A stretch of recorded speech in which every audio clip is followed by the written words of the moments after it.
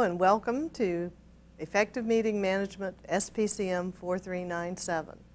Our topic today is risk management, and as promised later on in class, we'll take our video magazine tour of Hawaii, but I'll make you hold off on that and we'll save the best for last, presumably.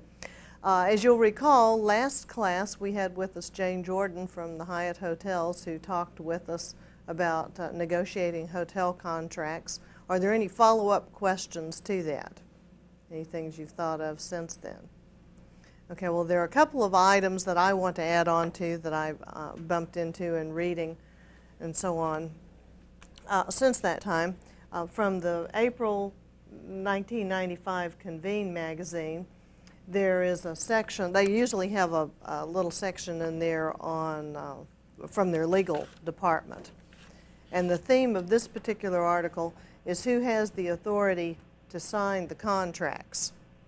Okay, and I think Jane mentioned that with you briefly, but I wanted to touch on that again. I don't expect you home viewers to read this. I just wanted you to see that this is the theme of the article and that it's out of the April 95 Convene magazine. But this is a story of, and I might just read a couple of paragraphs to you here, of an executive who kind of went into CEO shock when he found out some things that had happened.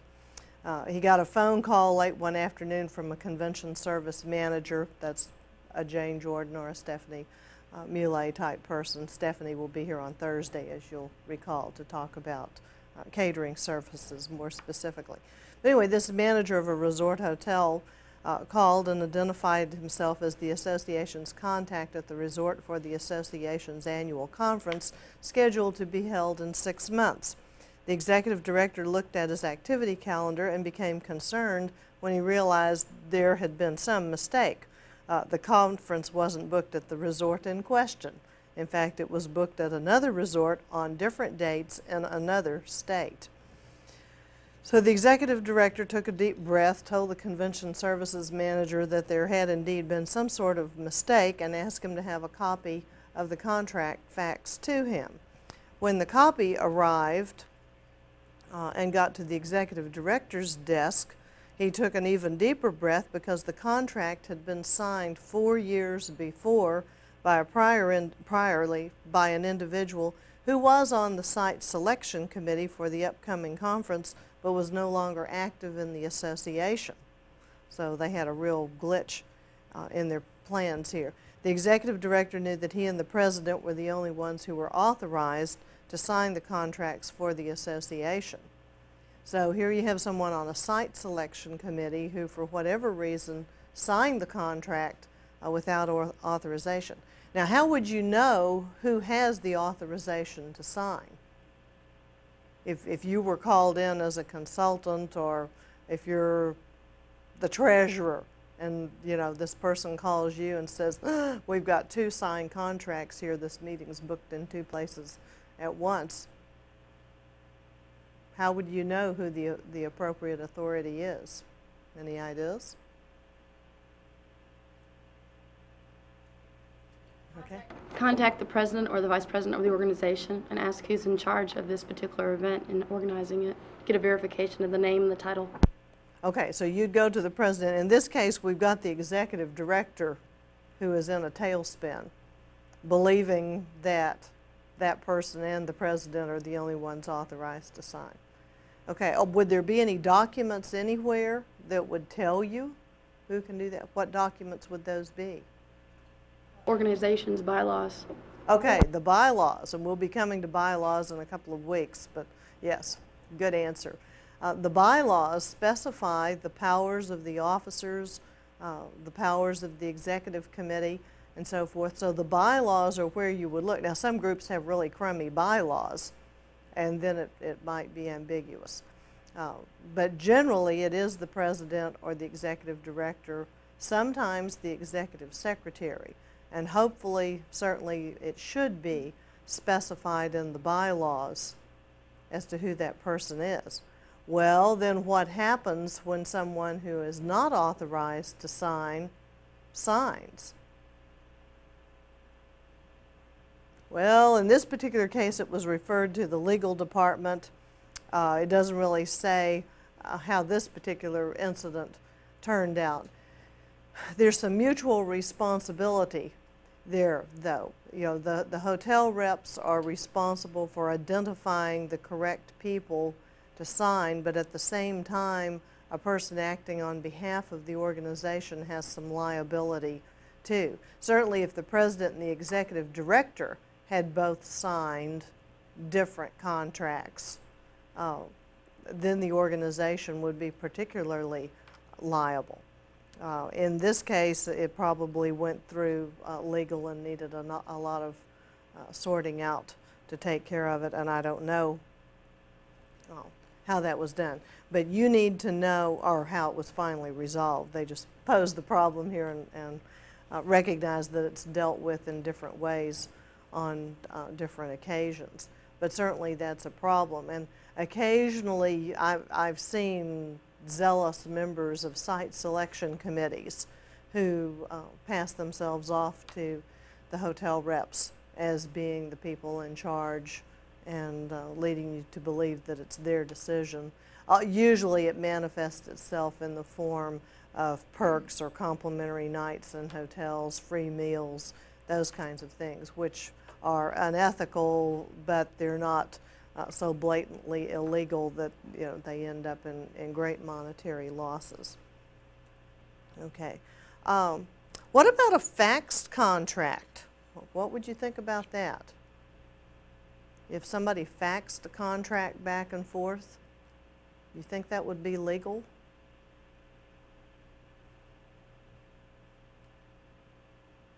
Well, that one gets kind of complicated too. It's addressed specifically in the April '94 Convene magazine.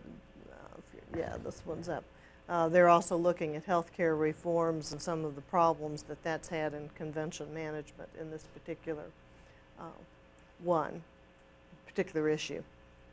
But the faxing of contracts is a relatively new phenomenon because of the popularity of the fax machines. And so the legal department ran an article here. And again, you don't need to be able to read the small print. But the fax contract is legal as long as both parties are happy with it. And it may be legal and binding even if one of the parties is not happy. But for sure, as long as everyone involved is okay with it, then that's a good thing. For the forensics tournament that we held at U of H recently, we faxed that contract back and forth to the Marriott. That was simply confirming the block of rooms. There were not a lot of, you saw last class the short version and the long version of contracts. And certainly with a short, simple contract like that one, hold this number of rooms on this particular date, then, Charles, can we get rid of the overhead? There we go, thanks. With the short form and the long form, as long as there's a short contract and it's relatively simple, that works well, faxing it back and forth. But this particular article goes into some details about putting phrases in, if you're working with a longer contract especially, putting some phrases in that indicate that the contract is being faxed, that 2 copies are being sent, that you're to sign 2 copies and send them back. Although if you send the first copy twice, you sometimes can't tell that that's, well, I guess it would come up numbered pages 3 and 4, so you would go ahead and send it through that way. If you do have faxed contracts, it's usually, and if this is something a couple of years or more out, it's probably a good idea to go ahead and make a photocopy of that fax, just because fax paper doesn't hold up as well as other paper. And so you don't want your contract degenerating on you in the file drawer and so forth. If there's a statement in that faxed contract that says we recognize this as being faxed, the issue here is usually, if there's a dispute about a contract, then you're looking for the most reliable, preferably original piece of information. You want the originally signed contract you may need that one to determine if something was done. Sometimes you need the most recent contract if there have been amendments and changes to the contract. And either way, you may need copies of that document in order to establish that you did agree on certain things, request certain things, reach agreements on particular amenities, and so forth. So faxing contracts is usually okay, and it will serve as a binding legal document. You just need to be aware of that and make whatever additions are appropriate to that. Okay, we talked, I've got several little bits and pieces here today. Remember, we talked about hotel and motel restaurant taxes. You remember that as an add-on that was mentioned to you. And I think maybe earlier in the semester I mentioned to you that New York, and this is the June 94 Convene magazine, that did a whole article on New York City. And if it's okay if you can't read the blue over here, it just says, well, up here at the top you've got 16% plus 5% equals 21%, but it's not really equal to 21 because it ended up doing such a bad deal for business that in many instances they didn't get their 21%. But it says it contributed a lot of ill will and created a negative image of the state. Visitors felt that they were being taken advantage of. Gee, I wonder why. You know, you have a hotel room that you think is going to be $90 or $95 a night or something, and then you've got a 21% surcharge on that. I found a summary in the February 95 convene, and this one is called Travelers Being Taxed to the Max. And I thought you might enjoy, well, maybe enjoy is the wrong word, appreciate seeing what some of those percentage rates actually turn out to be. Now, some of the things that go into, let's see if we can get these in here. Sometimes you have taxes on tickets, as you know, on your airline tickets.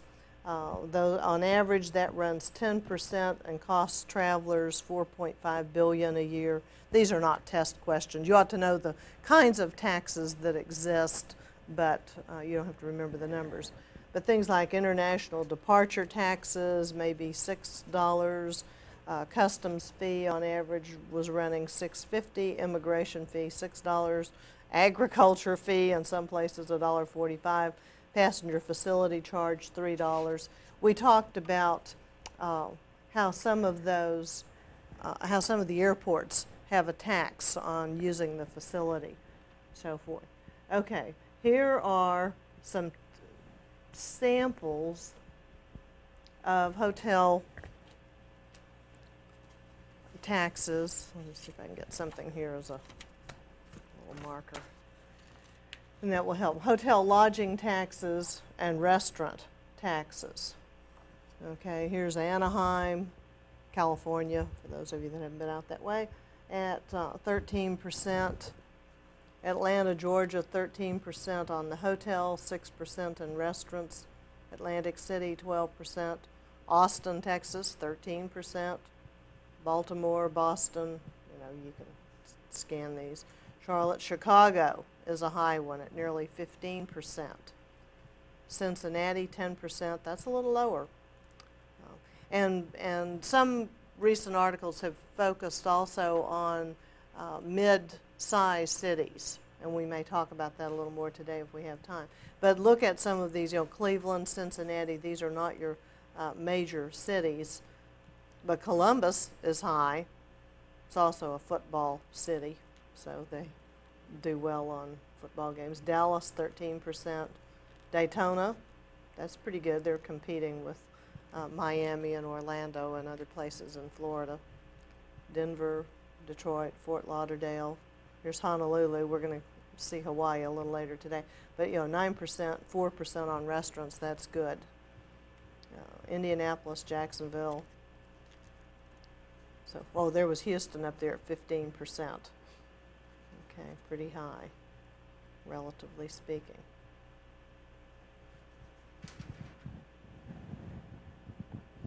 So we'll just kind of put those up for a minute, and you can see if, you know, most of you have not told me yet what city you're looking at for travel purposes, but it may be that, let's see, and off the bottom of here, Tampa at 10.5%, Washington, D.C. 13%, West Palm Beach 10%. Okay, but those are just some samples of the taxes, but those are add-on kinds of things that you need to take into account if you're budgeting in one of those cities. Okay, you're familiar with the sales tax here of 8.25%.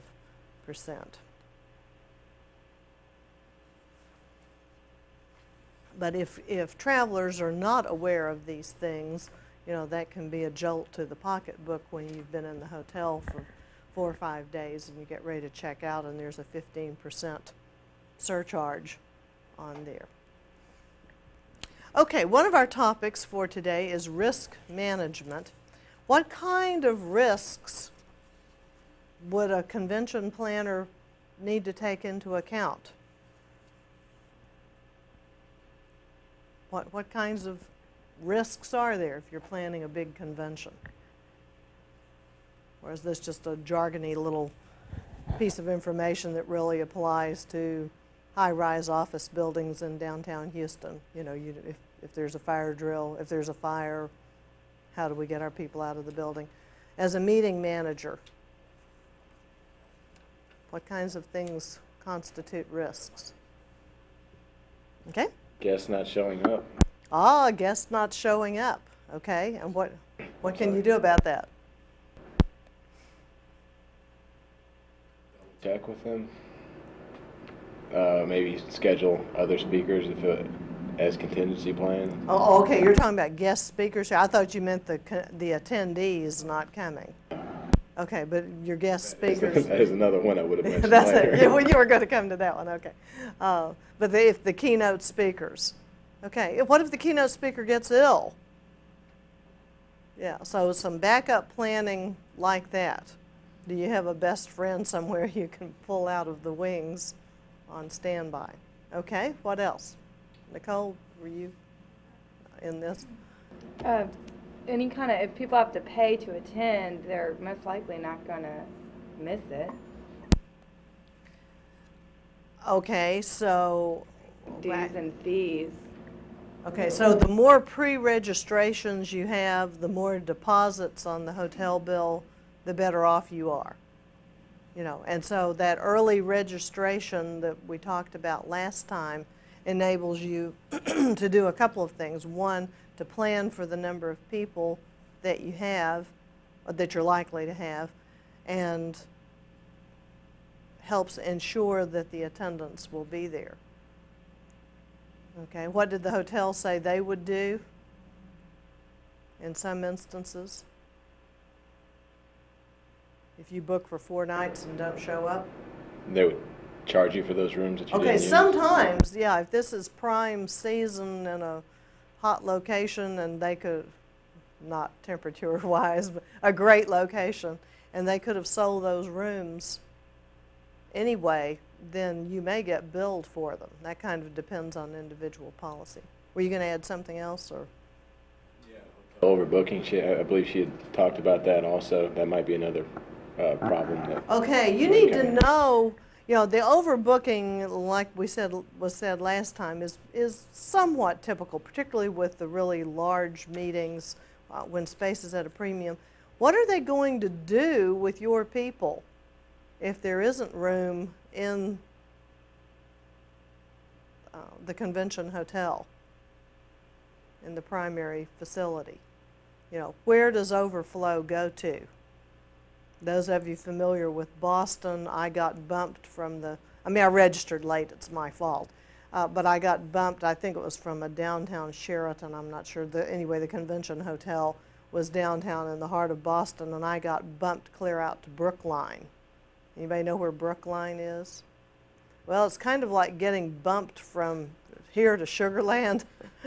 Maybe it's not quite that far, at least as far as Hobby Airport. It seemed like a long way to me, you know, as a naive visitor from Texas who had never been in Boston before, and here I am obliged to either, I mean, I had rented a car at the airport because I wanted to do sightseeing too, but I either had to take the subway in, which is not a pleasant thing if you are not accustomed to traveling on subways, or take the rental car from a Holiday Inn out in Brookline into the heart of the city. It'd be kind of like going from a hotel, say in the vicinity of Hobby Airport, into downtown Houston, and trying to find a place to park and locate the hotel, having meetings that ran until 9 or 10 o'clock at night.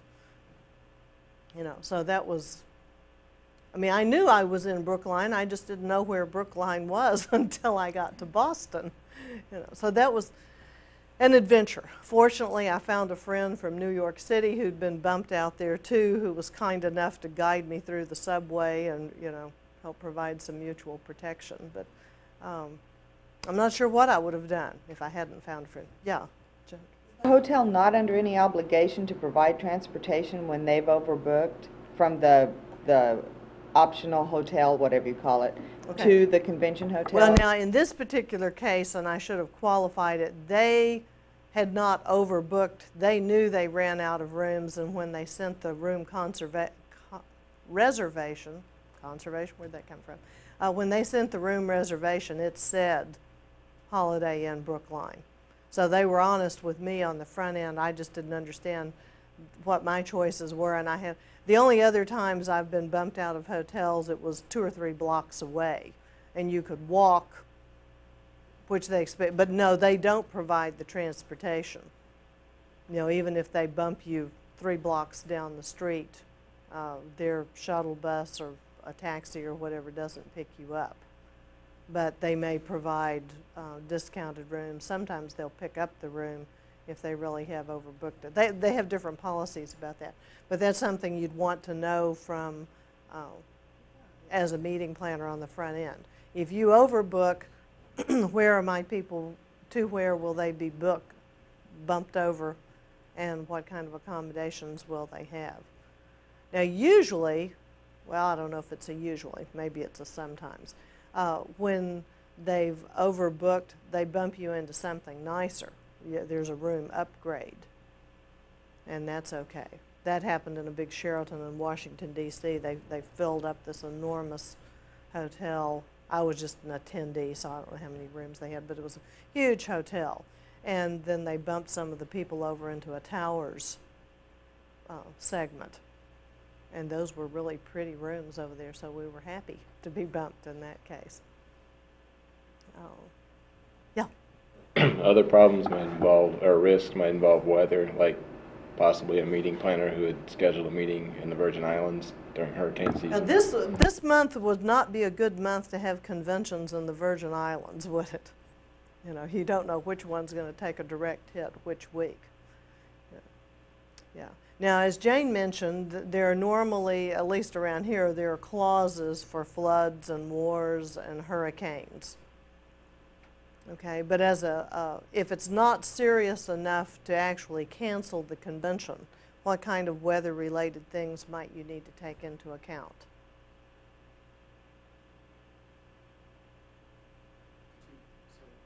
Okay, if it's not serious enough, like a war or a hurricane, that you're canceling the convention, are there other weather-related things that you need to take into account that you might need to? Yes, sir. Holding part of your event outside, you Yeah. might want to have something indoors as an alternate in case it rains or something. Yeah. I think it's Sheraton Park Central up in Dallas threw a great outdoor party. It was sort of one of these JR Dallas parties. We were out in the Pecan Grove, and they had they hauled the VIPs in the teal blue limousine, you know, out to the Pecan Grove, and they moved out tables with linen napkins, and but the personnel were dressed in Western attire. There was a fake shootout, you know, with the sheriff and the bad guys, and great barbecue, you know, and it turned out to be a really fine event out under the trees. But if it had rained, presumably the people in charge of that one had a backup plan. So, you know, if it rains, what will you do? If you've planned a walking tour of some historic site and so forth, what will you do if that doesn't work? If you're using a horizontal property, we may have talked about this before, but if you've got a horizontal resort property and it rains, are they prepared to manage that? And if you've got a first-class property, yes, you know, you should be in good shape. They probably own a couple of hundred umbrellas, and they're prepared to, you know, pull those out and help guests get where they need to go. And if you are planning to sightsee, you know, you may need to tell your guests in pre-convention literature and so on to pack their umbrellas. If there are walking tours and things, these aren't really risks now, but, you know, tell them how to dress, tell them if they need to pack their tennis shoes or their jeans or their tennis rackets or their umbrellas or their flashlights, or, you know, if there are special activities that may lend themselves to those things. You, as the meeting manager, probably need to monitor the weather for that location, certainly near to the convention dates, but it's the kind of thing you should monitor well in advance also. If you're out of your own region, you know, you're planning a convention in Southern California or Arizona or Florida, and you're from even Houston, but certainly if you're from Chicago or Seattle, you know, what are those temperature patterns like? How long will it be 100 degrees before the weather breaks? Because you may get a really great rate on your contract, but that's because the locals know that it's going to be at least 3 weeks before the temperature goes below 90. And some of those resorts that we saw in Scottsdale on the tape last week are wonderful properties, but I recall one wonderful Mexican dinner with a mariachi band in the evening, and it was still about 80 degrees outside. And I like air conditioning a whole lot. You know, so while the food was good and the festivities were fun and the occasion was impressive and the fellowship was great, it was too hot for me. Okay, other risks. Okay, there may be some things that you just haven't thought about yet that Jane didn't go over last time. Does your hotel have a sprinkler system? No, now the newer hotels and most of the cities are requiring that buildings be up to certain codes and standards. But, you know, if there were a fire in this hotel, how likely is it that your guests would get out, that your attendees would get out?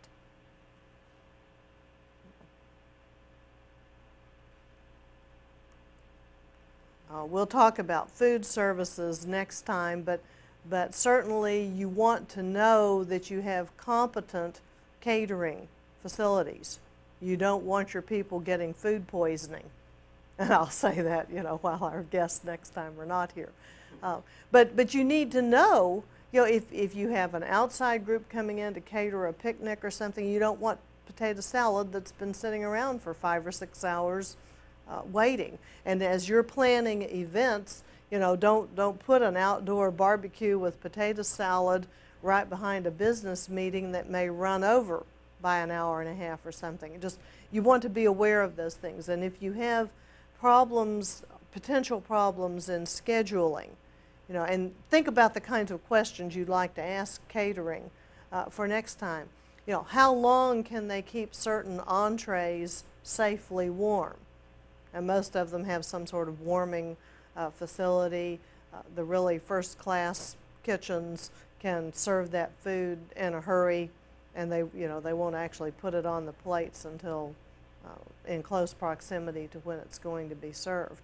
But if you've given specific instructions that a banquet is to be served at 7 p.m. on the dot, and then your business meeting has run over and everybody's late and things are thrown off, you know, at the minimum, you don't want the food becoming poor quality so that whatever it is becomes pasty or gummy or gunky or cold or, you know, I mean, they could rewarm some things, but you have an obligation there. But you don't want to get yourself in a position either where there's any chance that the food becomes contaminated and your guests become ill.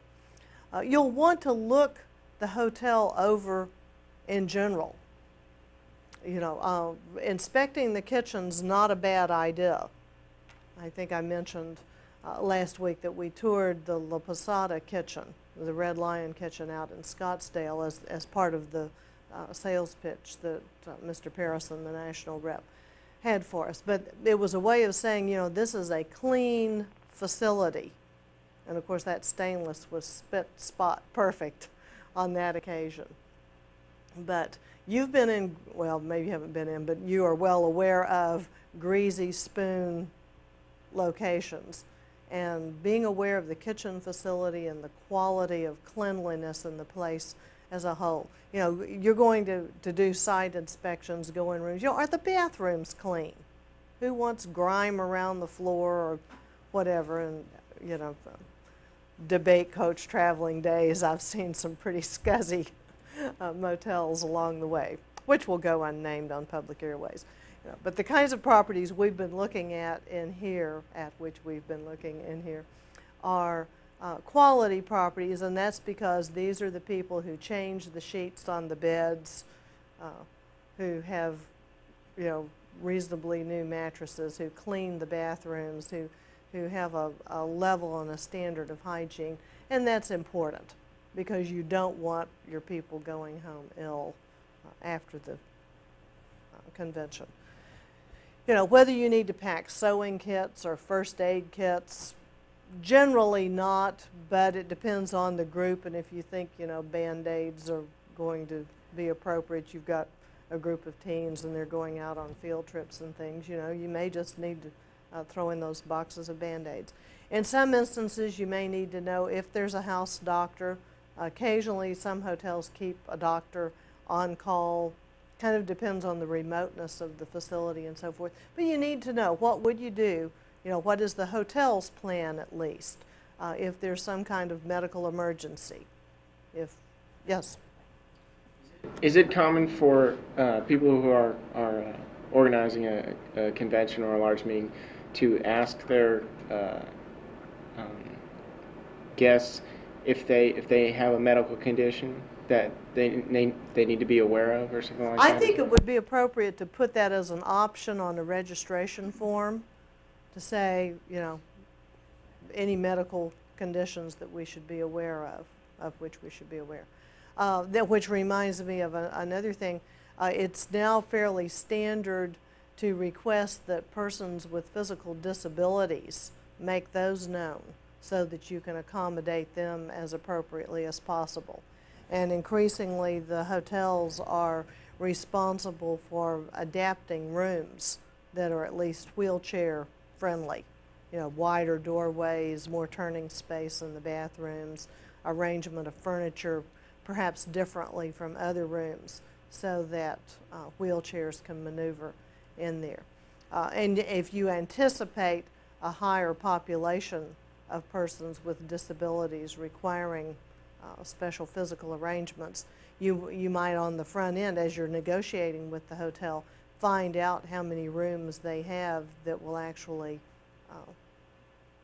be suitable for those kinds of accommodations. You also need to know when persons are requesting special accommodations, you know, communicate with them about what their actual needs are.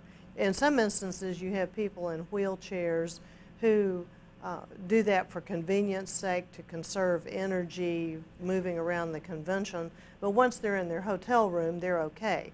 They can walk 15 feet, 30 feet, you know, they might do it a little slowly, but they are mobile enough to get around the room, turn off and on light switches, take care of themselves. But that's something to be aware of as well. Okay, anything else come to mind? Okay, in some instances, there's special insurance that's available to cover fiascos and problems and so forth with most meetings. I haven't worked with groups that I'm aware of that have signed that kind of policy, but should you suspect somewhere down the way that you need that, that's an inquiry that you could make. You know, and then sometimes there's just things beyond your control. You know, the year the Legionnaire's disease emerged, you know, and then that was what, mold in the air conditioning units that got into the ducts of the hotel. I mean, I don't know any meeting planner that goes out and looks at the air conditioning duct. Maybe they do, you know, and because I don't do that as a full-time profession and all. But there will sometimes be things that are unforeseeable. But the more you can plan and take into account the kinds of things that could go wrong, you know, as you plan your meeting rooms and so forth. I've been in one hotel that had a minor fire in it. They evacuated the building. You could smell the smoke in the ducts. A workman somewhere welding ignited something, you know, and made a big smoky mess that polluted the ventilation system for a while. But from time to time, you know, there are hotels that have serious fires in them and so forth. And so being aware of those things is important. Okay, there's a section of your textbook about page 185 that talks about environmental communication. We've alluded to some of that already. How it's obvious when you go into a place whether it's clean and neat or whether it's a greasy, dirty place. They cite an example for you of a motorcycle shop, I don't know, up in Kansas or someplace, I've forgotten now, that you know, normally you would think of a motorcycle shop as being a greasy, dirty place, but in this case they decided they were going to scrub the floors and polish the chrome and clean the glass and have it spit spot beautiful, and they did a booming business accordingly. Well, I want you to just think about environmental conditions. In just about a minute we're going to roll the tape here and take our tour of Hawaii. I want to be sure, this is a 33-minute tape, so I want to be sure that we have time for you to see that. But be thinking about how the ambiance, how the environmental elements are different here, and how that can work for you and possibly against you in your meeting management, in your planning. So if you're ready, Charles, we'll take our video magazine tour of Hawaii.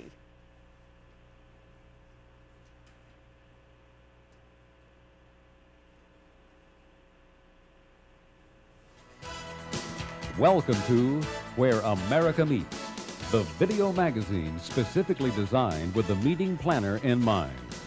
In this spectacular issue of Where America Meets, we'll share with you not only the beautiful ambiance of a tropical climate, but also a place of rare, uninhibited beauty. We take you to a magical place created 1 million years ago by the fiery explosion of two volcanoes, the island of Maui in Hawaii.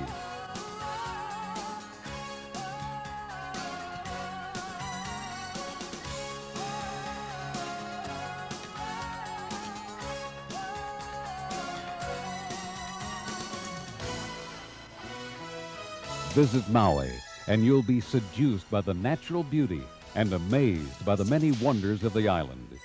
Everywhere you go, there's magic. From 42 miles of sun-drenched beaches to magnificent legendary resorts, Maui fulfills all the promise of paradise and welcomes you with lots of old-fashioned aloha spirit. Maui, Hawaii's second largest island, is centrally located within the Hawaiian chain. Its major airport, Kahului, which is in central Maui, is only a 20-minute air flight from Honolulu. Kahului Airport serves inter-island as well as mainland air traffic. Most visitors rent cars for use during their stay, but shuttle service and taxi service are also available island-wide. Possessing the unique ability to inspire has led Maui to become an extraordinary business destination. Pristine beauty and carefully balanced ecology create an ideal ambiance for creative thinking and for sharing and communicating. Offering a full range of choice accommodations, unique meeting venues, and diverse activities, Maui has everything you, as a meeting planner professional, could wish for. When planning your next meeting, Why not call on Avis to coordinate your car rental program? Avis wants to make your meeting a success. That's why they have a special meeting services staff dedicated to planning your car rental details. You'll be working with one of the world's largest, most experienced and respected car rental companies. Avis offers many outstanding benefits to the meeting planners. Special group rates.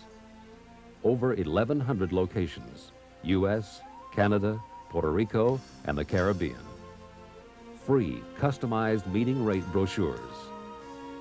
Complimentary cars and site inspection rates to qualifying groups. Toll-free meeting reservation number. At Avis, you'll get personalized service from people who really care and people who always try harder to make your meeting a success.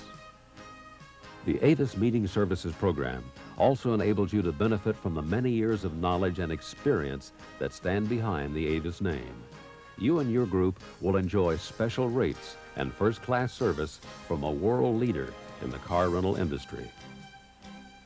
Wherever you go, you can be sure Avis is close by with a We Try Harder service that's made them famous. To get personalized assistance for your next meeting, call the Avis Meeting Services Information Desk toll-free at 1-800-525-7537. Avis, the one meeting detail that's easy to plan.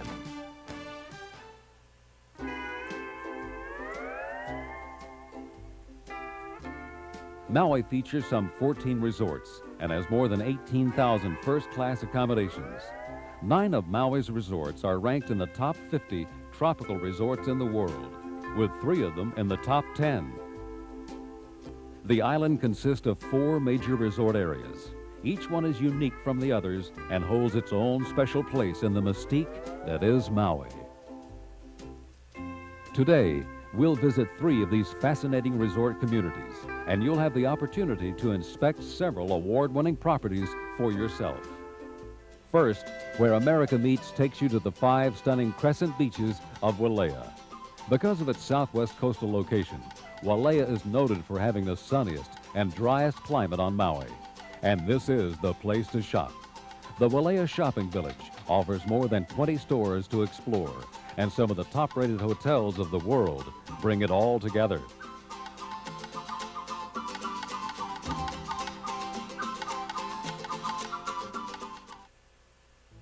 Maui preserves much of the serene life apart that made it the sacred meeting place of Hawaiian nobility. What an ideal site for the AAA 5-Diamond 4 Seasons Resort Maui, and what an ideal spot for your next group meeting. Nestled on 15 oceanfront acres on the largest and most beautiful of Wailea's white sand beaches, the 4 Seasons Resort creates an enchanting private world. Island living at its best.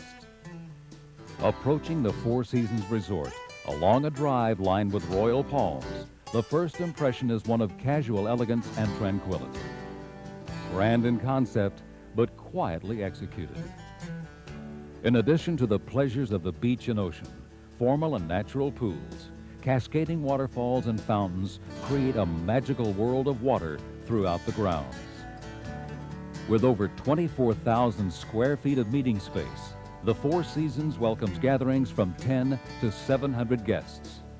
Elegant and adaptable, the 4 Seasons Ballroom covers 7,000 square feet and is divisible by 2.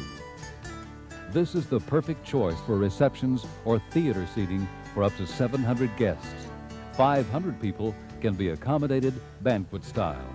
Utilizing the ballroom foyer will add an additional 7,000 square feet. Banquet rooms at the 4 Seasons Resort are capable of handling a wide variety of seating and presentation arrangements. For important high-level meetings, the Ali'i Boardroom is the perfect setting, offering 840 square feet. Immediately adjacent to the meeting areas is the 3,500 square foot Ilima Suite. This multi-purpose suite adds a unique and elegant dimension to the 4 Seasons meeting facilities. There are no finer accommodations in all the Hawaiian Islands than those at the 4 Seasons Maui. acclaimed by the readers of Condé Nast Traveler magazine as the top tropical resort in the world. 380 guest rooms and suites, 85% with ocean view, are all exceptionally large and unmatched in comfort and style. With its myriad of cultural influences, Hawaiian cuisine is an Epicurean adventure. Island specialties are superbly prepared and impeccably served at the Four Seasons. For gracious dining, Seasons Restaurant is a good selection, offering 178 seats and featuring true Four Seasons tradition. For casual dining under the sun and stars, the Pacific Grill, with 176 seats, encompasses 3 terraces overlooking the pool. And for the beach lovers, Cabana Cafe serves fresh, light meals. As the sun sets, tropical libations and pupus are served while a hula dancer and Hawaiian musicians entertain.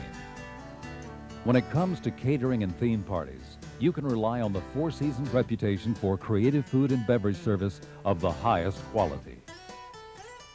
The natural beauty and ideal climate of Wailea provides the perfect backdrop for a host of world-class sports.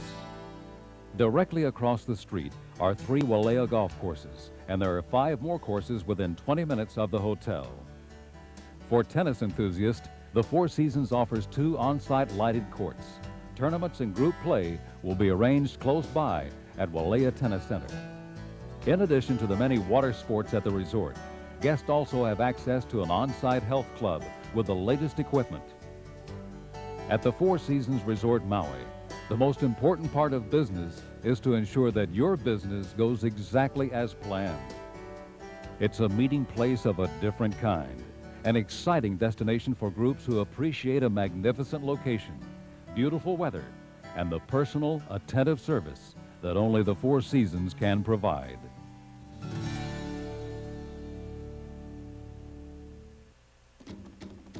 The hula dance was banned by devout Christian missionaries in the early 1800s, then revived during the reign of King Kalakaua, the Merry Monarch, in 1874. Business in paradise. What a winning combination. Maui Intercontinental Resort offers the perfect blend of impeccable service, deluxe accommodations, and outstanding meeting and recreational facilities. Together, these create the ultimate inspiration for your next meeting. Located on the southern shore of Maui for almost 2 decades, the Maui Intercontinental is best recognized for the consistent level of world-class service that truly captures the aloha spirit. Recently perfected by a bold $40 million renovation, this exclusive resort emphasizes Hawaiian history and heritage. Holding a quality reputation in the hospitality industry, Maui Intercontinental has the ability to tailor a program that meets your group's exact needs and goals. And regardless of your group's size, you'll enjoy the same Gold Key and AAA 4-diamond service standards that the resort has delivered for years. Maui Intercontinental Conference Pavilion provides some of the best convention facilities on the island. Located on ground level of the Conference Pavilion, there are 3 versatile ballrooms and plenty of pre-function space to accommodate all 3. South Pacific Ballroom is the largest of the 3 at 4,600 square feet and has the capacity to host 600 guests for receptions or 360 for banquets. Featuring 1,700 square feet, the Puakenikini Ballroom provides 185 seats auditorium style or serves 225 for receptions. For smaller events, the Awapui Ballroom has 680 square feet, accommodating 50 guests for banquets or 90 for receptions. All of the ballrooms are available in divisible sections. On the second level of the Conference Pavilion, Alani Ballroom occupies almost 14,000 square feet with 22-foot ceilings. The magnificent Alani Ballroom will break into 6 sections, easily handling a board meeting for 10 or a conference for 1,000. What a spectacular view!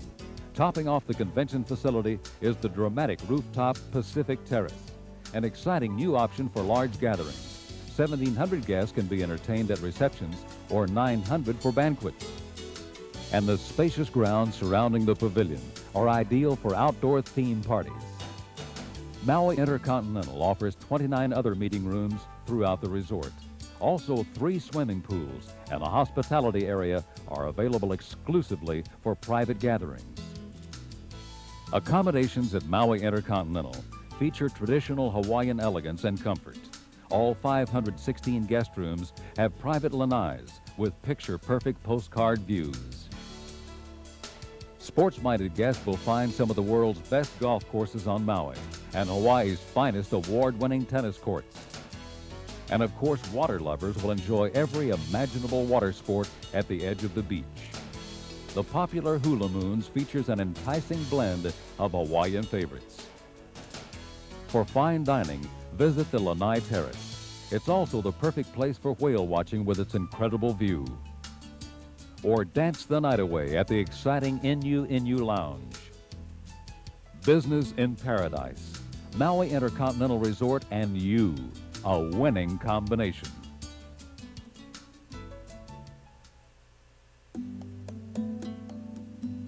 I went to Maui to spend a week and remain 5.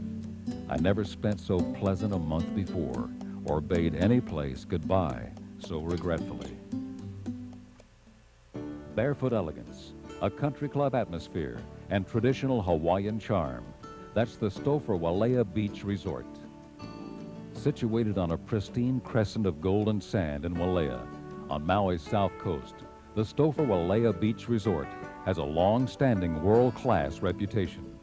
This is Hawaii's only 13-time consecutive winner of the AAA 5 Diamond Award. 5 flexible indoor conference areas are available at the Stouffer Wailea Beach Resort. Elegant and spacious, the Wailea Ballroom offers 3,420 square feet and is capable of seating 400 guests theater style or 260 for a dinner occasion. Wailea Ballroom is divisible for serving smaller groups as well. Offering 1,025 square feet, the Lanai Suite is versatile, handling a variety of configurations.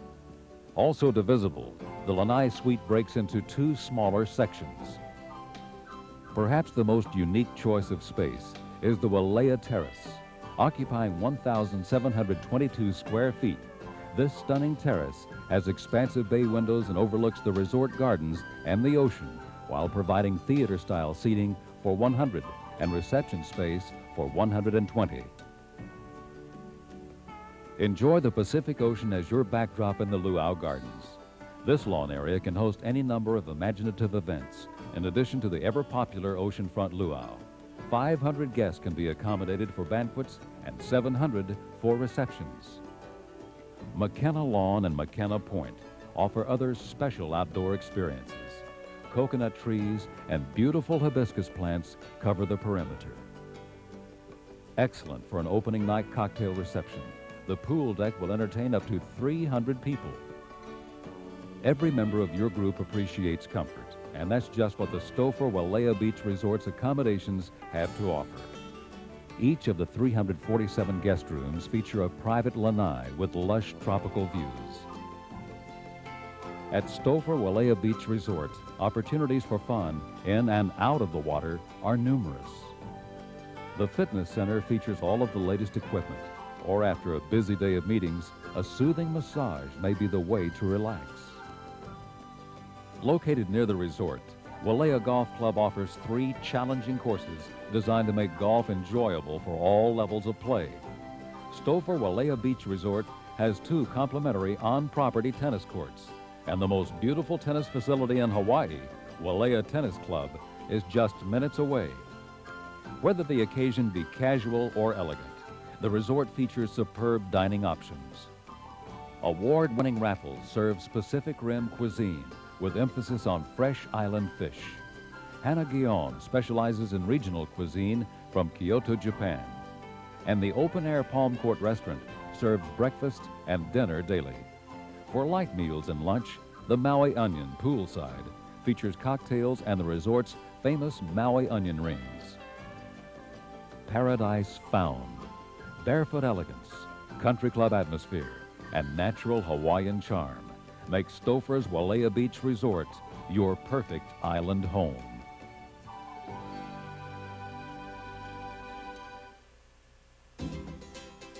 The legend of Maui began here in Ka'anapali, and today, with its 3 miles of white sand beach, Ka'anapali is as vibrant and fresh as ever.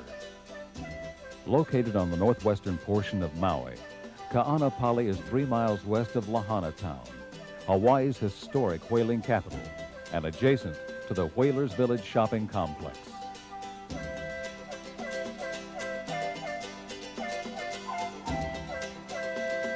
On famous Ka'anapali Beach, where America Meets spotlights 3 premier properties, the Hyatt Regency Maui, the Westin Maui, and the Maui Marriott.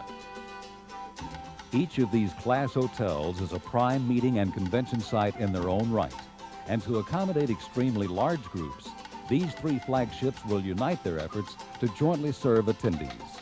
All 3 hotels are connected by an oceanfront walkway for convenience.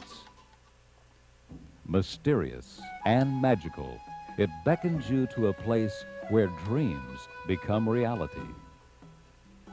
The Hyatt Regency Maui, the world as it was meant to be. A consistent AAA 5-Diamond Award recipient, this resort is equipped to handle your event with expertise. Business gatherings take on an aura all their own with such dramatic facilities as the Grand Ballroom. The Grand Ballroom has 27-foot ceilings, and when used as a singular function area, encompasses almost 17,000 square feet, accommodating 1,200 guests for banquets or 1,500 for receptions. This ballroom facility can be divided, creating 4 smaller ballrooms of varying sizes. Across from the ballroom area are the Maui Suites, totaling 4,256 square feet. When utilized as a single function space, Maui Suites will serve 400 people for receptions or seat 360 theater style. Maui Suites is divisible into 6 smaller suite sections.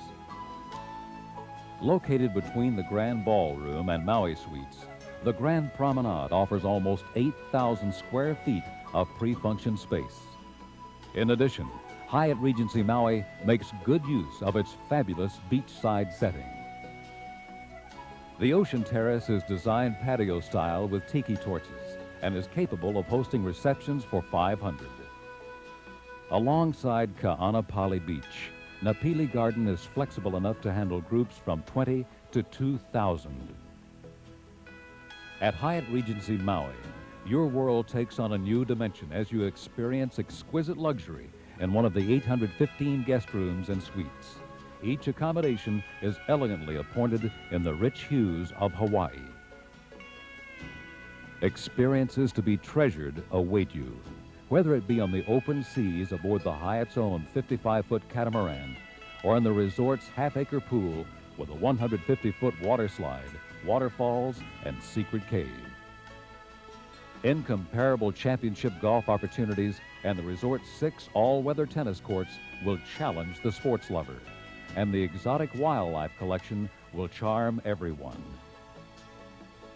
Savor culinary delights and exotic beverages in any one of the 5 restaurants and 7 lounges, including an authentic Hawaiian luau.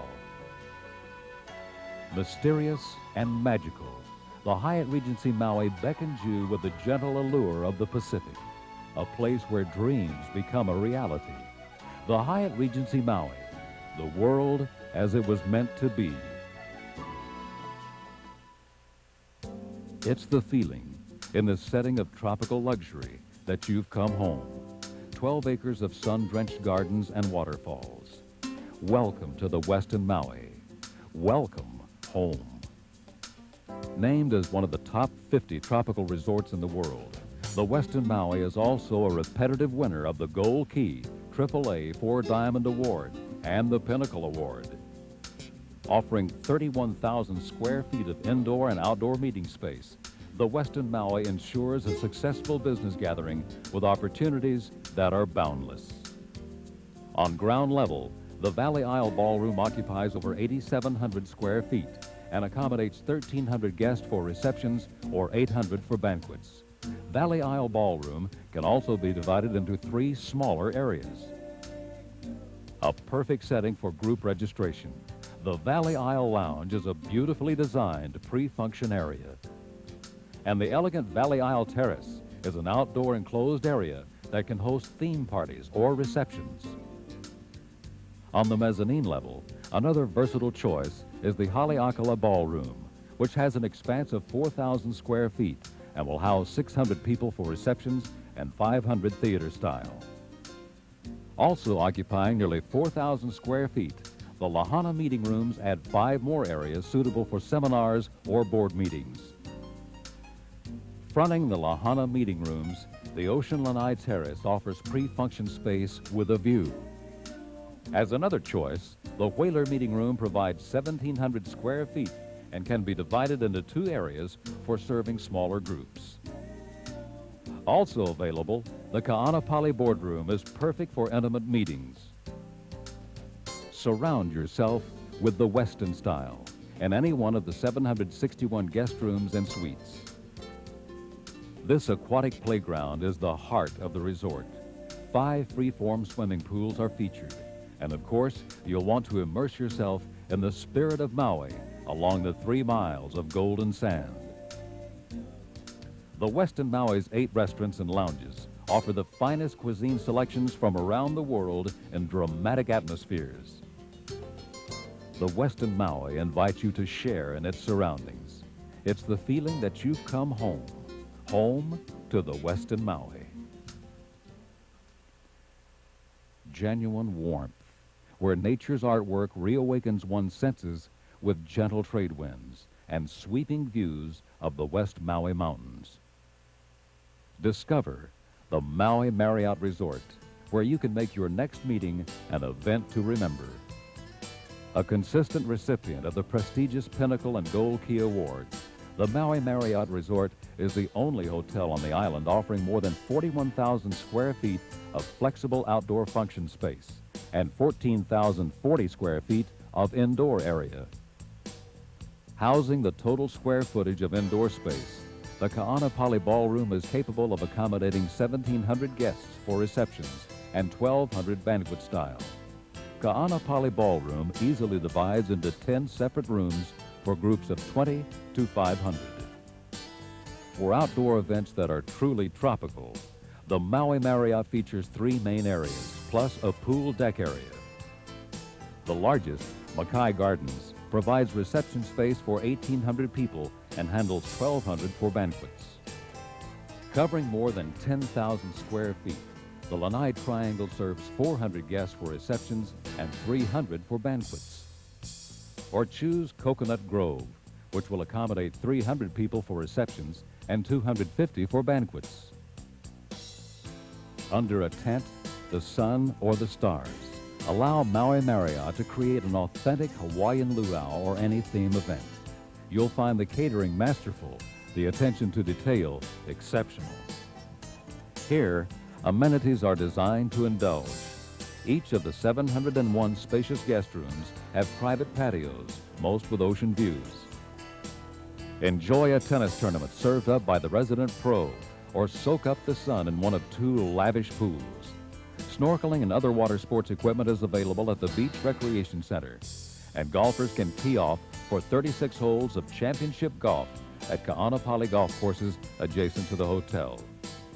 With the resort's lineup of restaurants and bars to select from, you can experience dining options as varied as the beauty of the island itself.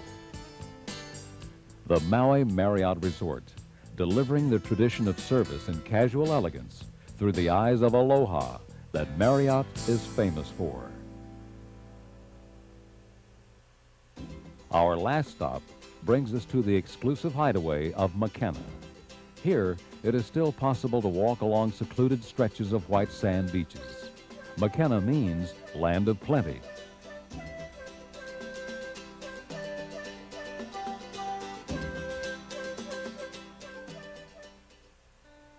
Nestled on a white sandy beach along a secluded cove within the Makena Resort lies the perfect tropical paradise, Maui Prince Hotel.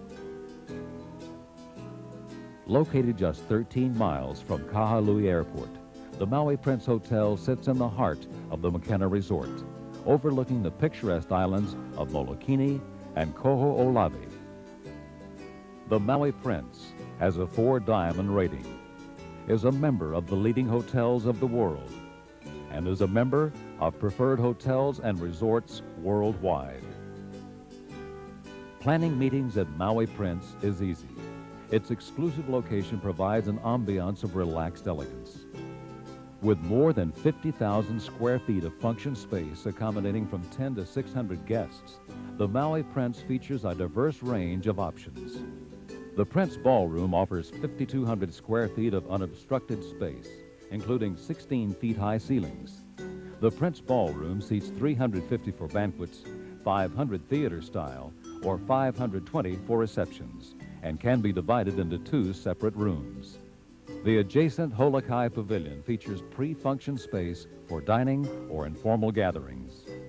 For a mid-size, intimate meeting, Hale Makena offers 2,900 square feet of adjustable space. Choose from 4 boardrooms, 3 of which offer tranquil views of the hotel's lush golf course. Hale Hana seats 24 in a formal conference room setting. The elegant Prince Court restaurant seats up to 100 for daytime meetings and banquets. Overlooking the 10th hole of the McKenna South Golf Course, the McKenna Clubhouse features a large covered patio ideal for sunset cocktail receptions or banquets for up to 90 guests. The Maui Prince Hotel offers 5 outdoor settings that take full advantage of the tropical climate and cool trade winds. All 310 spacious rooms and suites of the Maui Prince afford panoramic views of the ocean. Each room is an average of 625 square feet. Golfers will enjoy the challenging 36-hole championship golf course designed by skilled golf architect Robert Trent Jones, Jr. 6 plexi-paved courts, managed by Peter Burwash International, are featured at the Maui Prince. Guests also will enjoy the recently added fitness and massage therapy facilities.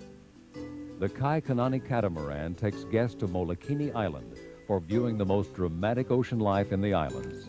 Whatever the craving, there's a dining experience at the Maui Prince to satisfy. The award-winning Prince Court serves Hawaii regional cuisine, featuring unique dishes prepared with fresh local ingredients. Another award-winning restaurant, Hakone, features authentic Japanese cuisine and a Tokyo-style sushi bar. And for a lighter fare and a casual atmosphere, guests can drop into Cafe Kiowai. A perfect tropical island paradise and the ideal location for your next group gathering, the Maui Prince Hotel.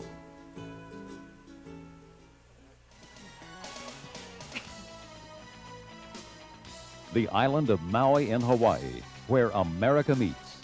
Thanks again for being with us for this issue of our video magazine. We invite you to join us in upcoming issues for other exciting destinations, where America meets, the video magazine specifically designed for the meeting planner. Okay, well, we've got 2 members of our audience who've been to Hawaii. Did we hit any of your turf when we went through this? Actually, I was in Oahu. Okay. Right. Was this pretty realistic? Yeah, it looks great. I mean, it's a lot of fun, and I mean, what you see there is exactly what it's like. Is it worth the hassle of getting over there? I don't know if I would want to go to a convention there. I'd want to do too much the other stuff. But yeah, I think it's worth the hassle to get over there.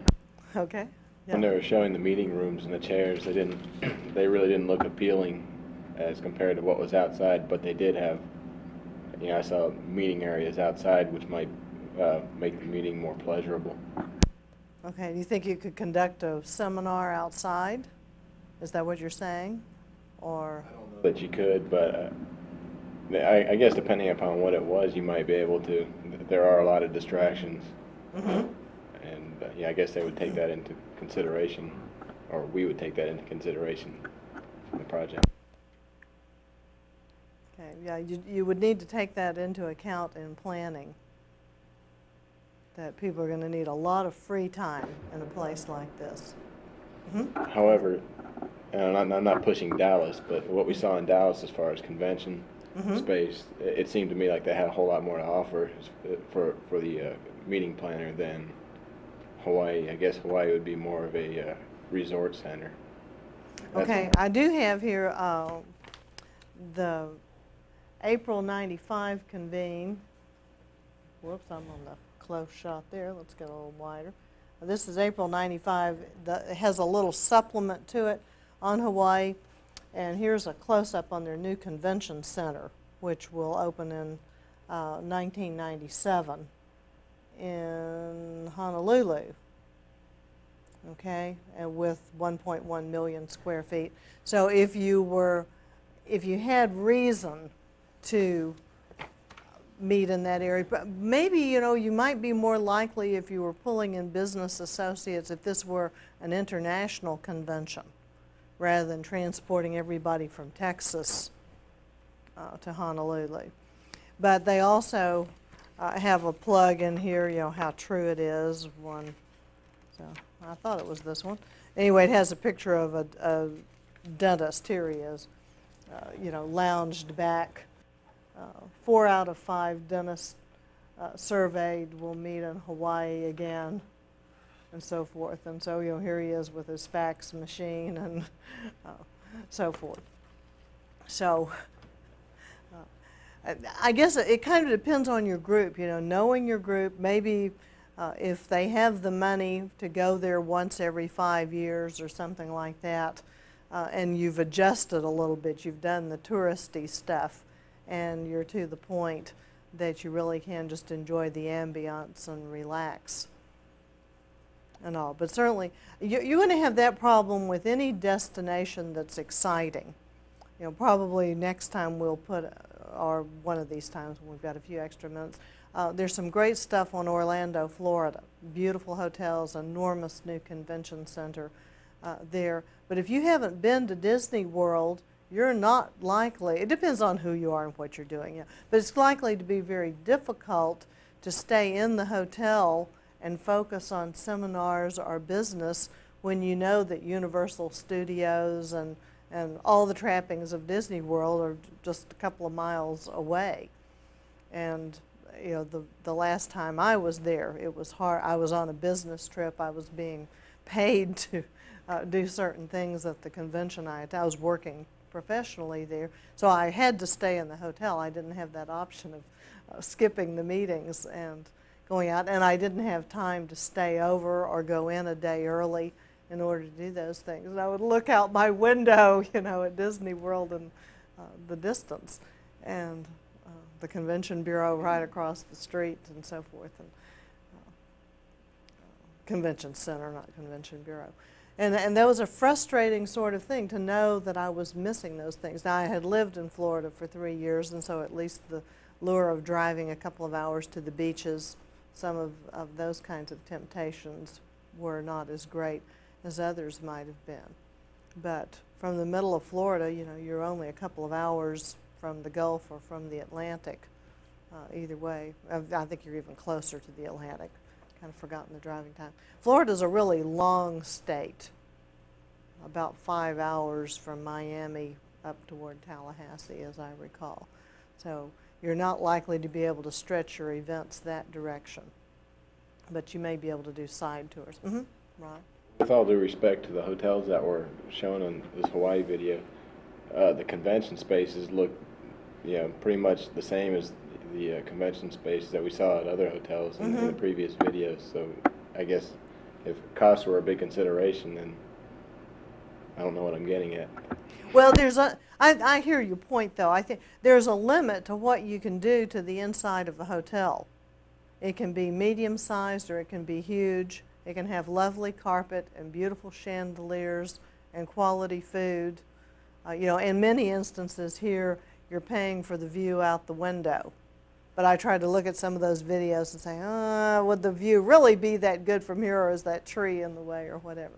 Well, we're running out of time, but these are some of the things to think about. This was our last video magazine tour, but you've seen some real contrast in the Dallas downtown locations, Scottsdale with the resort arid location, and now beachfront properties in a really tropical location. So think through those kinds of things, risk management kinds of issues that we've addressed, and we'll have a guest here next time and continue. Thank you.